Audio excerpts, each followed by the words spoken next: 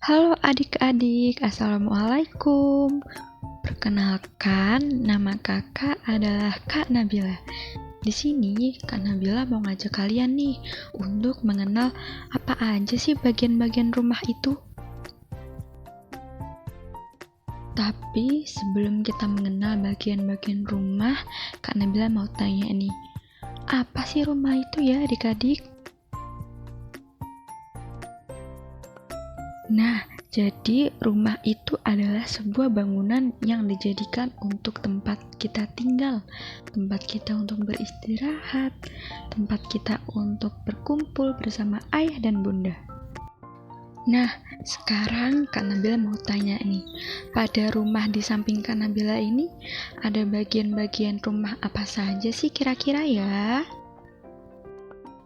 Mari kita sebutkan bersama-sama ya. Yang pertama ada gambar apa nih? Yang pertama ada gambar atap rumah.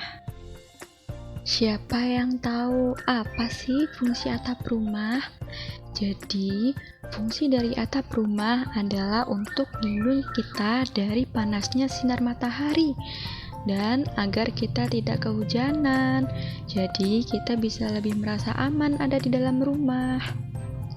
Yang kedua adalah pintu rumah. Fungsinya adalah supaya kita bisa keluar dan masuk rumah dengan mudah. Selain itu, agar rumah kita terhindar dari pencuri dengan cara mengunci pintu dengan benar. Dan yang terakhir adalah jendela. Fungsinya adalah supaya cahaya dari sinar matahari bisa masuk ke dalam rumah, sehingga rumah kita menjadi terang. Nah, setelah kita belajar tentang bagian luar rumah, sekarang ikut Kak Nabila masuk yuk ke dalam rumah. Tapi sebelumnya kita harus ucapkan salam terlebih dahulu ya. Assalamualaikum.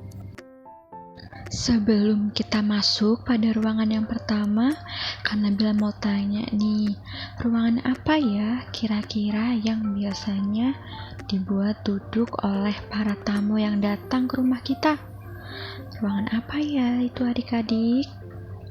Jawabannya adalah ruang tamu. Sekarang Kak Nabila mau tanya, biasanya di ruang tamu tuh ada benda apa aja sih adik-adik? Kita sebutkan bersama-sama ya. Yang pertama ada kursi, yang kedua ada meja, yang ketiga ada vas bunga atau figurat, ataupun hiasan-hiasan lainnya. Nah, untuk ruangan selanjutnya, ini adalah ruangan yang biasanya dibuat untuk berkumpul bersama keluarga, untuk menonton televisi, untuk bermain bersama. Ada yang tahu tidak ini ruangan apa? Jadi, ini adalah ruang keluarga yang biasanya di dalamnya ada kursi, ada meja, lalu ada televisi, ada lemari, dan lain sebagainya. Aduh, Kak Nabila lapar nih. Kak Nabila ingin memasak sesuatu. Kira-kira Kak Nabila harus pergi kemana ya jika ingin memasak sesuatu makanan? Benar sekali. Jadi Kak Nabila harus pergi ke dapur untuk memasak sesuatu makanan. Biasanya di dapur ada apa aja ya adik-adik? Di dapur biasanya ada kompor, ada kulkas, ada tempat untuk mencuci piring, dan masih banyak lagi barang-barang yang ada di sana. Setelah memasak di dapur, Kak Nabila harus makan di mana ya adik-adik? Benar sekali, Kak Nabila harus makan di ruang makan, yang biasanya di sana terdapat kursi, meja, dan tempat minum atau dispenser.